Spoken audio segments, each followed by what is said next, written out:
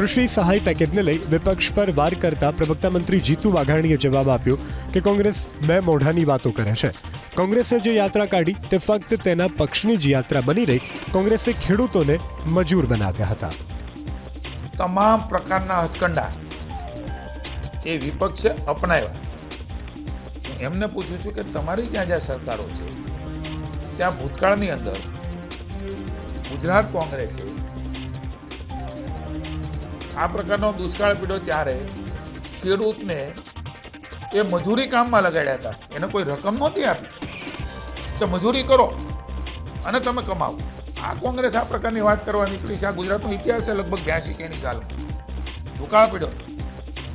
એ વખતે જે આપણા રાહત કામો થાય છે એ રાહત કામમાં ખેડૂતોને જોડવાનું પાપે કોંગ્રેસે કર્યું છે. આજે અમને કહેવા નીકળી છે કે તમારે આ કરવું જોઈએ. ચોકડીઓ પાડો.